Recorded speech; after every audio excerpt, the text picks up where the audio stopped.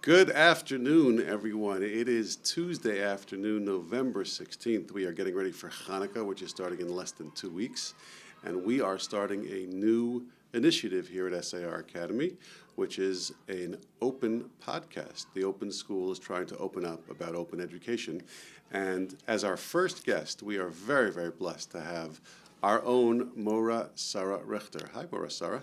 Hi, Rabbi Krauss. This is such fun. Some people know you as Sharon, but we're going to call you Morah Sharon. The kids call you Morah Sharon, and they are very, very blessed and lucky to have you as a role model, as a long time. How long have you been at SAR, actually? 35 years. Is that crazy? I started in 1986. I got married on Labor Day that year, and I had Sheva Brachot right here in SAR. I was 19 years old, turning 20. Unbelievable. I'm here 17 years. You have been part of the administration since I began. I'm certainly very lucky to have been to be working with you and to have worked with you for so long. Thank you very much. Give us some highlights. 35 years, it's a long time. And give us favorite memories.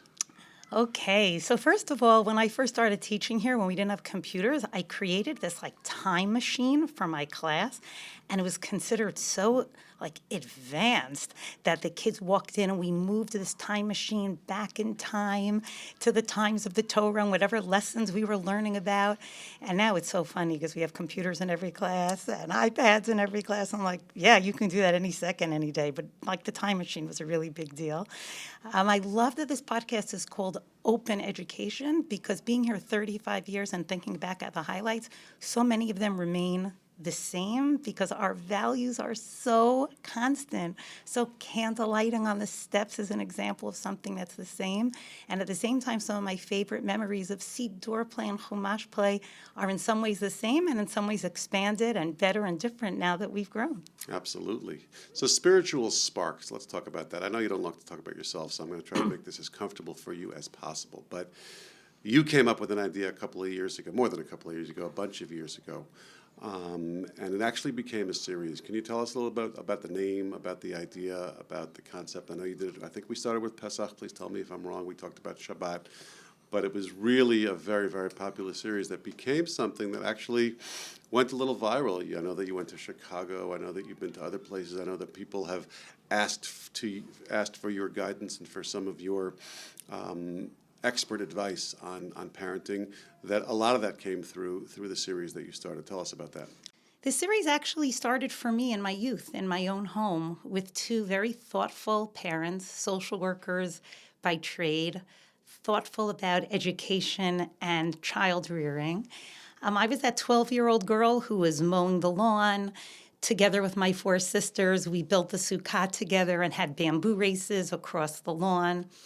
I remember my mom and dad spreading tzedakah envelopes all across our living room carpet, and we helped put money inside to send it away for tzedakah before Rosh Hashanah. And they made us feel so, it just felt so wholesome and great, and that translated very much into the religious practice in our home. It was warm and fun, and it didn't feel like it was educational, even though it really was, and there was so much bonding going on. My friends all loved coming to our house on Shabbat afternoon, being there for the lingering meals, hearing the stories, playing the games. And then I started getting phone calls from people. How do you play that hard, the Kiddush Cup game? I'd love to try divided word in my house. And as I was getting calls, and parents would call me and I would talk to them about different parenting advice, I said, hey, let me share this with a wider audience. And so I actually started with the Shabbat Sparks. Okay. And then it just blew up. It just blew up from there. It moved on in a really organic kind of way to Pesach and the Magid bag and Shavuot and Chanukah. After I said Shiva for my dad, one of my sisters said, maybe you should do a Shiva Sparks. But I said I'm going to put that on hold. Yes, we should all share good things together. Only good things. I'm sure you have a lot to teach about all situations. And, like I said, I know that you don't like to talk about yourself, but I'm going to ask you to get personal for a second because I know that your own family, first of all, they've contributed to some of your sparks. I know that you've had some special guests. Your husband and your children have been guests for some of the sparks when we had them in person here. I know you've done them on Zoom over the last 20 months when we learned about Zoom and we started using Zoom. Tell us what Chanukah looks like at the Richter home in Monsey. Okay. So Hanukkah has evolved in the Richter home. And I think part of growing with our children is knowing which oldies and goodies to keep and what Hanukkah looks like year after year in the repeats and which things need to change as our kids grow and evolve and dynamics in our household evolve. So I would say that like lingering around the candles and singing together and pulling out a guitar are things that have really been constants over all the years. And we've also tried new things over the years. One year we had one child speak each night at candlelighting and share a story or a Devar Torah or a thought. We love the glow-in-the-dark dance parties now with taping the glow sticks to black clothing and putting on the music and dancing. And we like including our grandchildren in that one as well. And the candle blowout game started about 5 years ago, and that, I believe, is a new constant.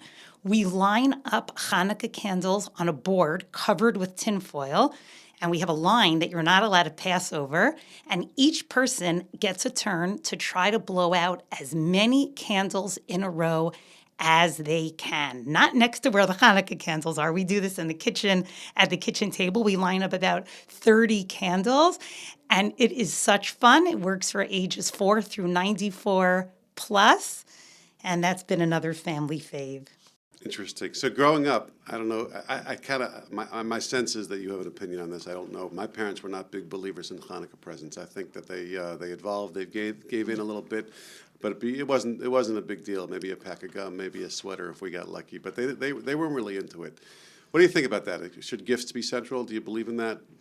So they weren't big when I was growing up either. It was really more about the experiences. But I want to be nuanced about this because I think that I would never want to say nobody should give gifts or you should only give gifts or you should only give big gifts or small gifts. I think that each family works differently. And as long as the gifts are an expression of the love and the family time together and that they're not the main focus, as long as they're peripheral to everything else that can go around and be happening in the house around Hanukkah, I think there's a place for them. And that's what we had in mind when we started the SAR Light Up the Night series many years ago to provide families with lots of these kinds of activities that they can do to take the main focus away from the gifts. Okay, we'll take it. Thank you for that advice. I know that it might be a challenge for some of us to figure out what that right balance is, and right. I take it. I think the joy of a new gift fades very quickly, but the memories of the time that families spend together, laughing and spending time and being together, those really stay with us. So let's talk about that. Obviously, we're looking forward to a great week. We'll talk about school in a minute, but we're hopefully going to be getting together with family this year in particular. Many of us probably haven't had the opportunity to gather, and we're moving more in that direction. So just gathering with family is nice and is meaningful. But once we get there, can you give us some advice? What can we do to make it meaningful? What can we do to make it spiritual? What can we do to make it educational, substantive?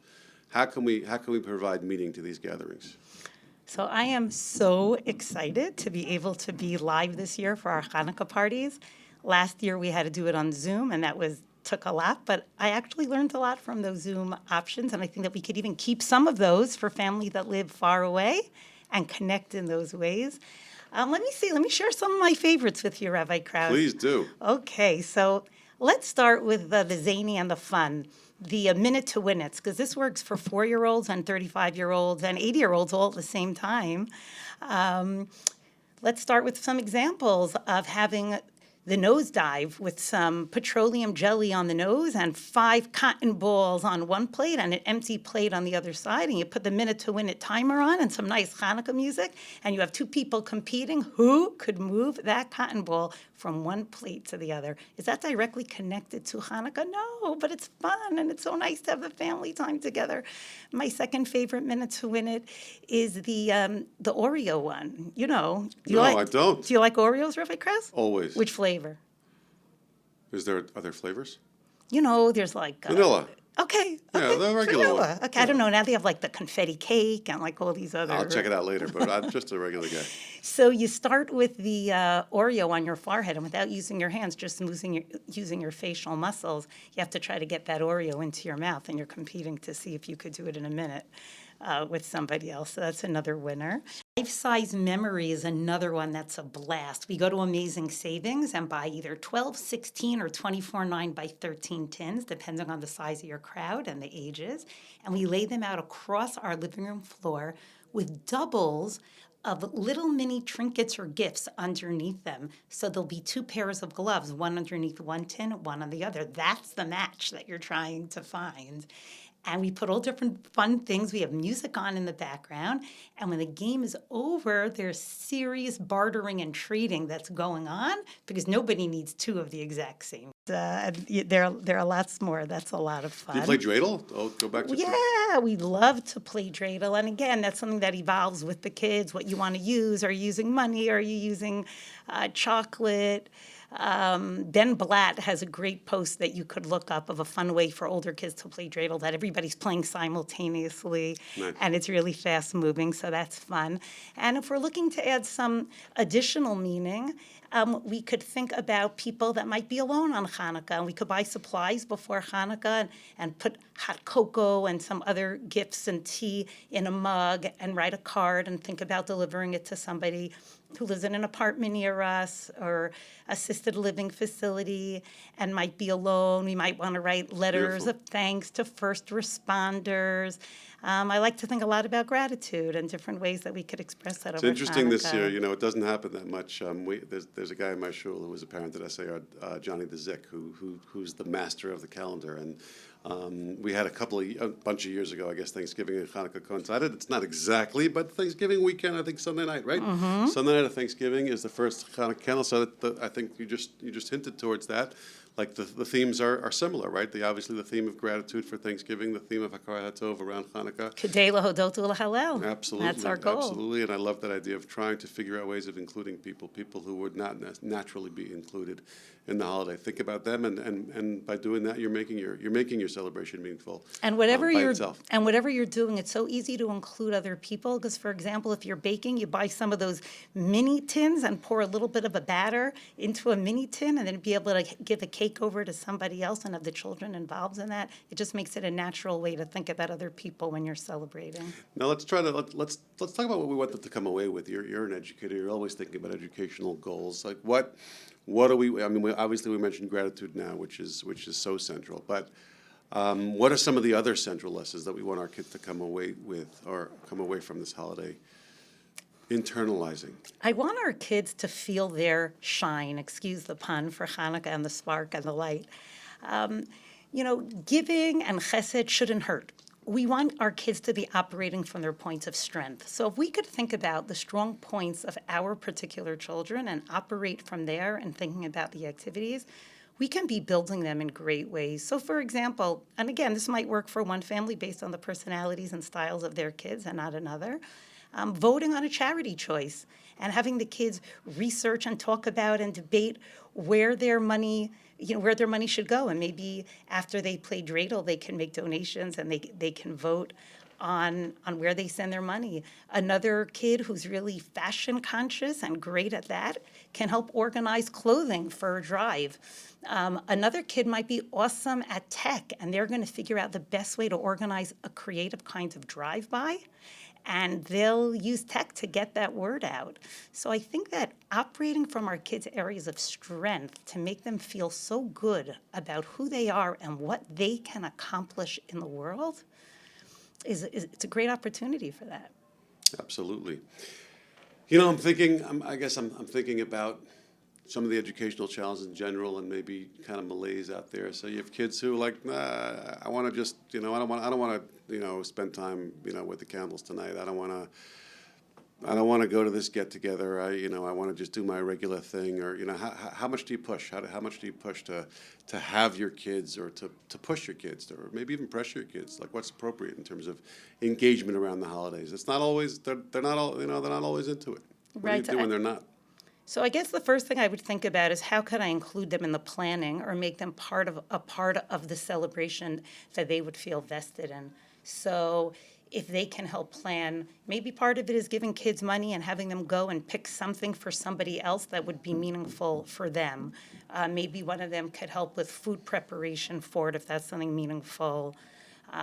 for them, trying to find an angle that they might be able to connect to, and just to ask them to stretch just a little bit, not too much because we don't want negativity, but to try to find one area of connection that might bring that kid on board. Hanukkah is an interesting one, I guess.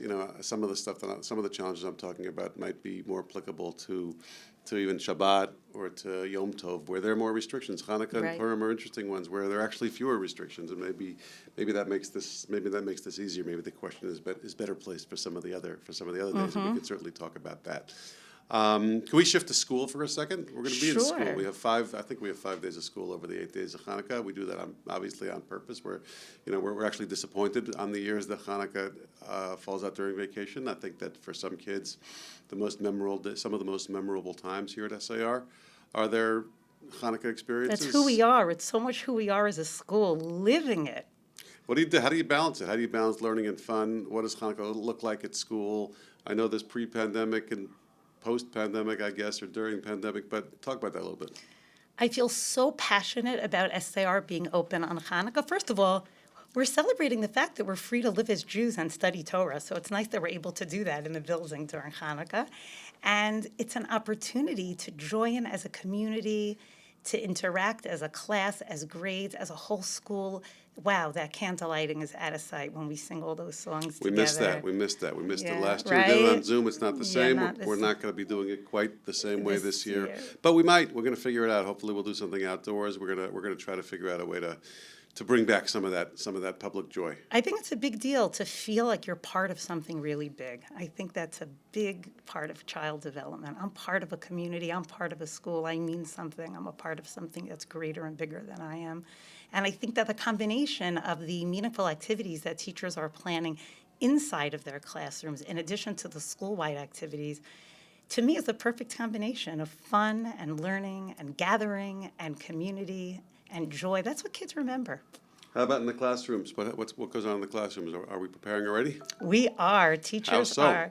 Teachers are busy with their kids, eliciting from them what their memories are from Hanukkah, creating books, plays, having them reenact. They're so pleased to see how much the kids remember from previous years and building upon that in so many different modalities. It's really fun. Let's come up with some last words. So we're going to put out this podcast. First of all, again, I want to thank Caesar, our IT guy, for managing it. I should have said this before, but the background noise is just natural. We found a sort of a closed room, but there's certainly background noise. That's the noise of children. We think that's good noise, so that we hope you're enjoying it and hopefully it hasn't been distracting. Final thoughts on kind of our pre-Hanukkah, getting ready for Hanukkah spirit for our families. You had me thinking about my own childhood, and I'm thinking about my dad, Alav HaShalom, and he was an ultimate connector with people. And he was really a giant in informal Jewish education. Yes, so we had a special family friend growing up. He just passed away about 3 years ago, and his name was Zacharia Ofri. And Zacharia was on the Israeli Olympic team as a basketball player, and he was also the captain of the Maccabi team in Israel. My family liked going to those games. And because of the Sinai War, when the when the Israelis weren't able to go participate, they were allowed to come to the States instead. They had like exhibition games. And my father met him on the street in the Bronx and invited him over. And then he ended up studying. They offered him a scholarship at NYU, and he ended up studying at NYU and living here for a few years before he went back to Israel. And Zachari was a big, tall Israeli basketball player.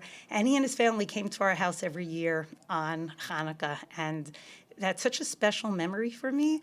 And I think that making connections with people from all different walks of life and having them in our homes, I know this year we still have some limitations, but remembering to think about the big world out there. And on the one hand, on Hanukkah, sanctifying and rebuilding the connections in our own home and having fun and wonderful memories, and also having fun by thinking about other people and the way they can enrich our lives and the way we can enrich their lives is something that really sticks with me. Beautiful. Thank you for sharing that. And I'd like to take this opportunity, first of all, to welcome everyone to our inaugural podcast. We hope that this will see the light of day and that all the technology worked and that we figured this out. We're gonna learn and grow as we try to use this medium to learn with each other and to share that with our community and perhaps broader.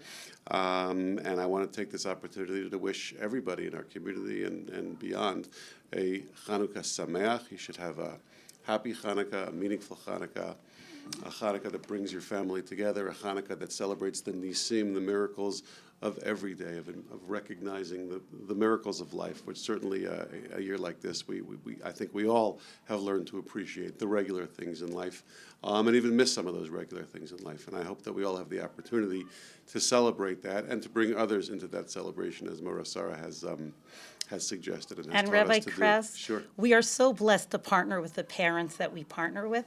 And I think the things that we spoke about in this podcast really attest to the fact that we are full partners with the parents in the education of their kids. And we see that they are the most important educators of their children.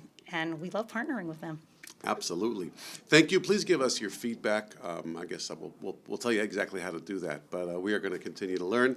And thank you very, very much for joining us wherever you may be out there. Chanukah Sameach. Chanukah Sameach, everyone. All right, that was really good. That was really good.